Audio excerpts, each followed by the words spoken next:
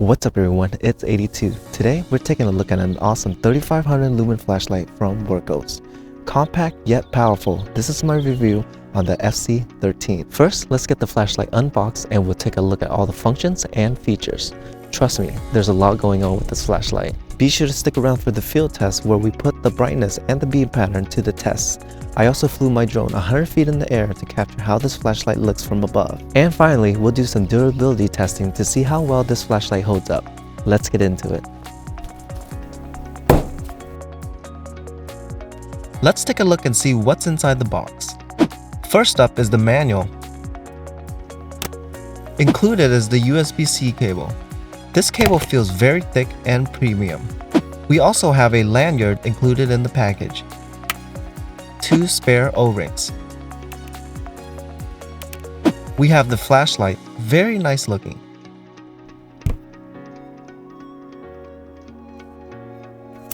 Let's take a closer look at the flashlight. Located on the side is the power button. The power button also lights up. I'll demonstrate how to customize its function later in the video. There's a 2-way clip. The clip is removable. Under this thick sturdy cover is the USB-C charging port. On the bottom, we have the lanyard attachment hole. Up at the front of the flashlight, there's a distinct orange accent. The lens is made of glass and features an orange peel reflector. This particular model is the XHP50 LED. Included in the package is the battery. It's a 3000 mAh 18650 battery. The flashlight charges via USB-C. The flashlight still works while charging. You can also use this flashlight as a power bank. The FC13 is IPX68 rated. The flashlight measures 4.4 inches in length, 1.1 inches at the head, which is the widest point of the flashlight, nearly an inch at the narrowest part, which is the tail. The FC13 weighs at 123 grams. Here's a size comparison between the flashlight and a $100 bill. Let's compare it to an ID that I just found. Let's take a look at all the functions. This flashlight uses Enduro 2.0. It's super advanced. A single press activates or deactivates the flashlight. Adjusting the brightness while the flashlight is on is as simple as holding down the power button and releasing it once you reach the desired level of brightness. Once you reach the brightest setting, press and hold down the button to initiate the dimming of the flashlight. The flashlight offers a total of 8 brightness levels. Turbo mode is the brightest setting. You have the flexibility to adjust how the flashlight ramps up and down in the brightness. While the flashlight is on, simply press the power button 3 times to toggle between smooth and step modes. Here's a comparison between the 2 modes. Double-click to enter turbo mode. The upcoming segment of the video features strobe effects. If you're sensitive to light, I recommend skipping to the next section. To access strobe mode, press the power button 3 times and hold on the 3rd press. During the strobe modes, you could adjust the speed or the brightness with a single press while holding down the power button. A double press while holding down the power button during strobe mode will dim the light or slow down the effect. To switch to different strobe modes, simply double press the power button. This is tactical strobe. It's super intense. Party strobe, which offers a less intensive strobe effect. Lightning effect, simulating a storm. Then we have candle mode, perfect for creating a warm ambience in your tent. Lastly, there's the bike flasher mode. Here's how you can customize the side LEDs. When the flashlight is off, press the power button 7 times. Repeat this until you find the preferred mode. You have the option to set the side LEDs to off, low, high, or blinking. To change the colors, perform 6 clicks, then hold down the power button on the 7th press. There's a lot of choices for the standby LEDs.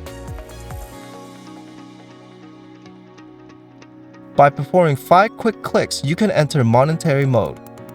This mode allows for temporary activation of the flashlight, providing light only when the button is held down, which can be particularly useful for brief tasks or signaling. The only way I found to turn off monetary mode is by physically disconnecting the battery. Let's head out to the backyard with this flashlight to test the brightness and the beam patterns. I'll be cycling through the brightness levels. Please keep your eye on the bottom left-hand corner for the display lumen output. The first two modes are too dim for the camera to pick up.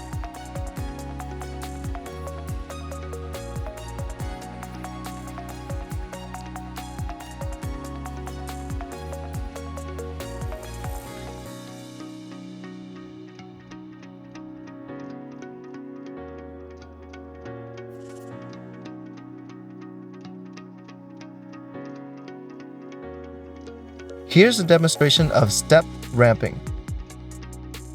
And now, let's see how smooth ramping looks in comparison. I'm currently cycling through the strobe modes.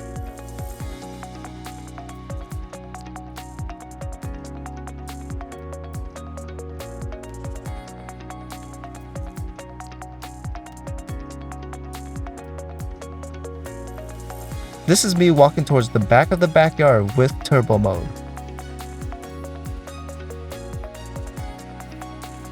Now testing the flashlight 20 feet away from the trees. However, the first two modes are too dim for the camera to pick up.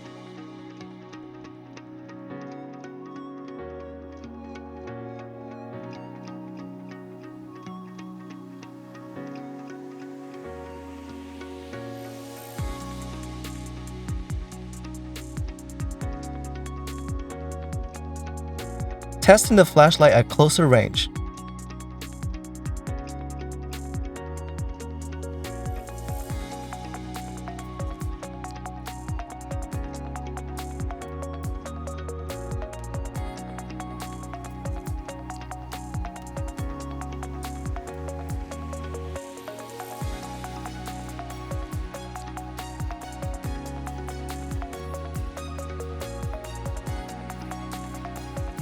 Here's a drone shot at 50 feet.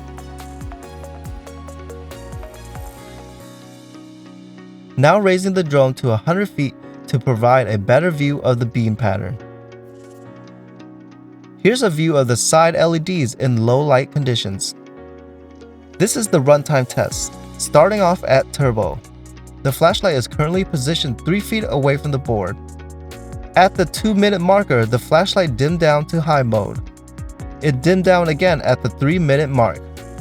At 25 minutes, the flashlight dimmed down to 420 lumens. We're now at 150 lumens, and it's been 39 minutes since we started the runtime test. At 42 minutes into the test, the flashlight dimmed down to 57 lumens. We're now at 20 lumens. It's been 48 minutes since the test began. The flashlight output is now at 5 lumens, and it's been 54 minutes since the test started.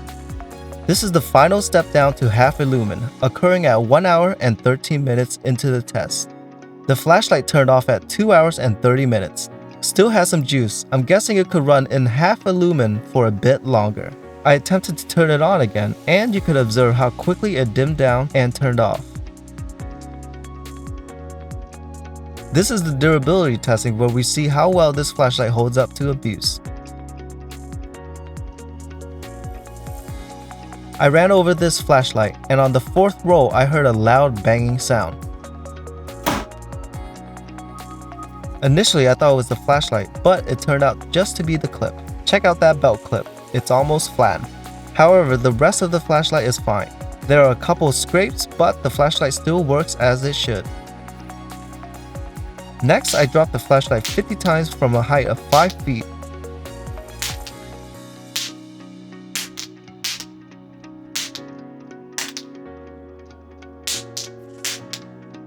It held up really well, with only tiny chips on the top and the bottom of the flashlight.